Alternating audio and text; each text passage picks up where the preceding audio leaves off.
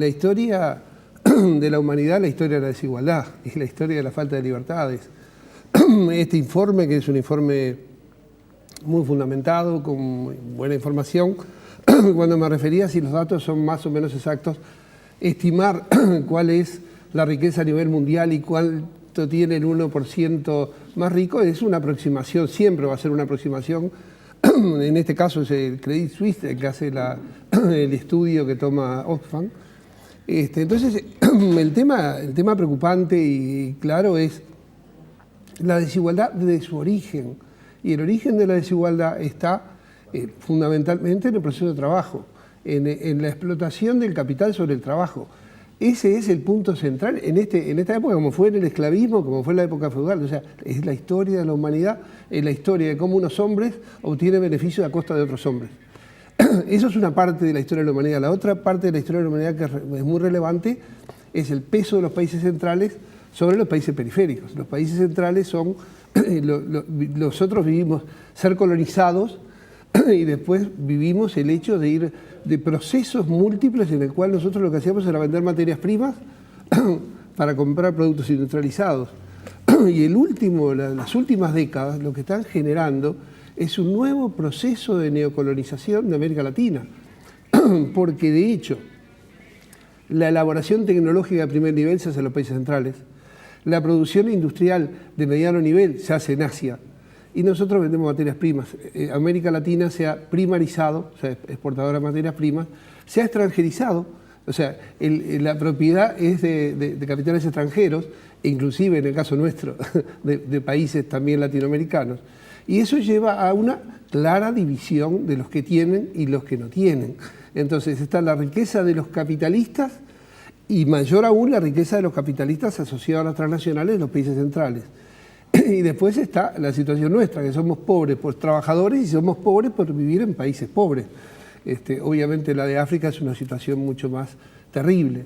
Entonces el informe de Oxfam habla de ese problema y creo que hace un correcto énfasis en que los paraísos fiscales son claramente un elemento para que esas ganancias enormes que obtiene el capital de su proceso de explotación de las materias primas de nuestros países, del trabajo, de la explotación del valor del trabajo, ese proceso es cómo ellos eluden además pagar los impuestos que les correspondería. Aclarando una cosa, creo que es bastante pertinente. La desigualdad en el mundo no se va a arreglar solamente porque resolvamos el problema de los impuestos. O sea, el problema de los impuestos, si lo podemos resolver, los estados tendrían más recursos para atender las necesidades sociales, siempre y cuando esos estados quisieran hacerlo, porque también los gobiernos de muchos estados no tienen como objetivo principal ese. Entonces, hay una situación compleja en el que el tema de los paraísos fiscales es un tema central. Los Panama Papers lo pusieron sobre la mesa, vimos que están involucrados casi todo aquel que tiene algo de dinero que podría necesitar que no pagara impuestos. Los paraísos fiscales hay en todo el mundo. Empecemos porque en Estados Unidos, y en Estados Unidos uno de los planteos que se ha hecho sobre los Panama Papers es que ubican el problema en Panamá cuando ese problema está en los propios Estados Unidos y no hay informes sobre ese tema. O sea, están en Europa, están en Estados Unidos, están en las Islas Caimán, hay una serie de elementos. El paraíso fiscal es absolutamente funcional al capital. ¿Es utópico pensar en que se pueda prohibir la existencia de paraísos fiscales? Sí, y voy a decirlo por qué sí, es utópico. Es utópico porque si nosotros pensamos que las clases dominantes del capitalismo son las empresas transnacionales, son el gran capital financiero, evidentemente ellos son los que tienen mayor influencia en la toma de decisiones de organismos claves como puede ser el Fondo Monetario o el Banco Mundial. Correcto. Entonces, voto ponderado allí, los países digamos, que más recursos tienen son los que tienen más cantidad de votos, digamos. Sí, mayor peso porque son los que pagan el presupuesto, son los que tienen el peso ideológico además. Entonces, ¿qué es lo que sucede? Es dificilísimo, por decirlo que es utópico, que se ataquen a sí mismos, o sea, que tomen una medida contra sí mismos. Podemos hacer, y creo que puede ser más viable, tratar de acotarlo, pero el tratar de acotarlo es un hecho limitado. Creo que también tenemos que tener claros los que estudiamos estos temas, las limitaciones que tiene las declaraciones de buenos deseos. O sea, me explico, o sea, decir, mantener bajo control la capacidad de influencia de las élites más poderosas está muy bien. El problema es que las élites más poderosas son las que mandan. Entonces, ¿quién es el que va a tener la fuerza para hacerlo?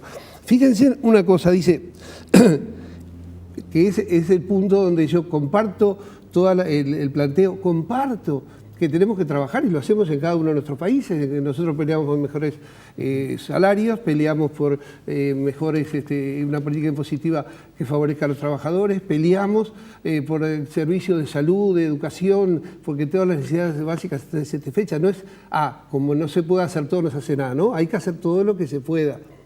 Pero, digamos, en el planteo de Oxfam, cuando termina el resumen principal, dice: Oxfam insta a los líderes mundiales a que pongan fin a la era de los paraísos fiscales y sus efectos dañinos para la humanidad. Bueno, infantil, decís, un planteo infantil. No, está bien, pero no va a pasar. Así no, es cuando existen contra... Y acá está la clave. Si se firmara una petición como firmó el presidente ecuatoriano Rafael Correa, que por eso lo pusimos, por lo menos una propuesta que va a ser ahora en septiembre en Naciones Unidas, ¿por ahí no hay un camino? No, es que el problema es que los presidentes de Latinoamérica, vistos en el contexto mundial, no son precisamente los que tienen más fuerza, y Correa en particular.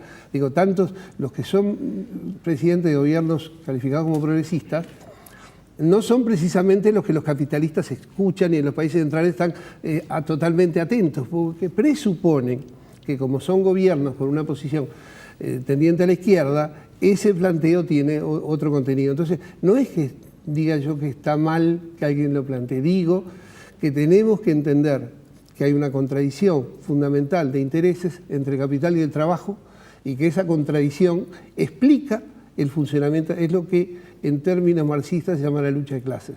Explica los procesos, no explica todo, no abarca todo, y la lucha de clases además permite no solo luchar por un día que va a haber el socialismo en el mundo, sino que permite ir luchando en cada momento para obtener mejoras para los trabajadores. Pero esas mejoras se obtienen, creo yo, esencialmente en las diferentes luchas que se dan en cada uno de los países por mejorar las condiciones de vida de los trabajadores, del pueblo, de los marginados, de los más débiles. En esa lucha, y creo que el espíritu de todo lo que dice Oxfam va en esa dirección. Y en esa dirección estoy totalmente de acuerdo con el planteo de ellos. Creo que la solución va en otro lugar, es bastante más compleja que pedirle a los líderes mundiales, pero marca una llaga terrible a la humanidad, porque además la concentración del ingreso es cada vez mayor, con la fusión de empresas transnacionales y con los tratados de libre... Eso es algo que puede pasar, que lo mencionábamos, ¿no? Puede caer la pobreza, uno puede ver los datos de los países y puede ir cayendo la pobreza, pero a su vez puede aumentar la concentración de la riqueza, ¿verdad? Sin lugar a dudas. Una cosa es la concentración de la riqueza y la distribución en su línea, y otra cosa que los de más abajo, con unos determinados límites, puedan salir de la situación de pobreza y de marginación. Pero tengamos en cuenta, y también hay que estar atentos a eso, una cosa es para nuestros países salir de la pobreza en un momento de auge económico, cuando los bienes que exportamos tienen un alto precio, y otra cosa, hay estudios ya hechos por varias facultades, en particular la Facultad de Ciencias Sociales, de que hay una zona muy grande de esas personas que cuando el nivel de actividad de la economía merme, esas personas automáticamente van a caer en ese nivel de pobreza. O sea, hay mejoras y hay reflujos según los ciclos económicos. Estamos en un ciclo económico mundial que todos conocemos, es bastante crítico, y en nuestro país estamos afrontando lo que es la situación nuestra, que también es reflejo de lo que pasa en Brasil, recesión, estancamiento y recesión en Argentina, digamos, y un proceso de caída de los precios de los bienes internacionales. Esa me parece que es la situación que tenemos por delante, y bueno, la lucha contra los paraísos fiscales es parte de esas luchas, igual que la lucha contra las estructuras tributarias que favorecen al capital, que exoneran al capital, que crean zonas francas, que hay una renta del capital, que es el IRPF al capital, en el caso nuestro, y el IRPF al trabajo, y el IRPF al trabajo y la seguridad social es el 88% del impuesto de la renta de la persona física se paga en este país. Entonces, eso pasa en todos los países, porque estos impuestos, el impuesto dual al capital del trabajo... En los países desarrollados pasa menos, ¿no? hay una mejor distribución de la carga tributaria. En los países desarrollados pasa menos, pero también es cierto que países desarrollados como súper desarrollados como Estados Unidos, hay zonas de enorme pobreza. Y no hay marginación, o sea, nadie escapa de eso. Nadie escapa a esos procesos.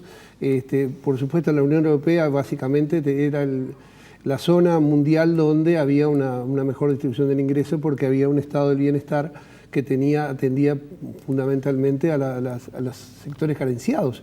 El propio proceso de creación de la Unión Europea es un proceso en el cual los países más ricos subsidian a los países más pobres, y recordemos lo que era España antes de entrar a la Unión Europea, o lo que era Portugal y lo que son ahora. O sea, hay cambios sustanciales. O sea, el tema internacional es un tema central para este proceso.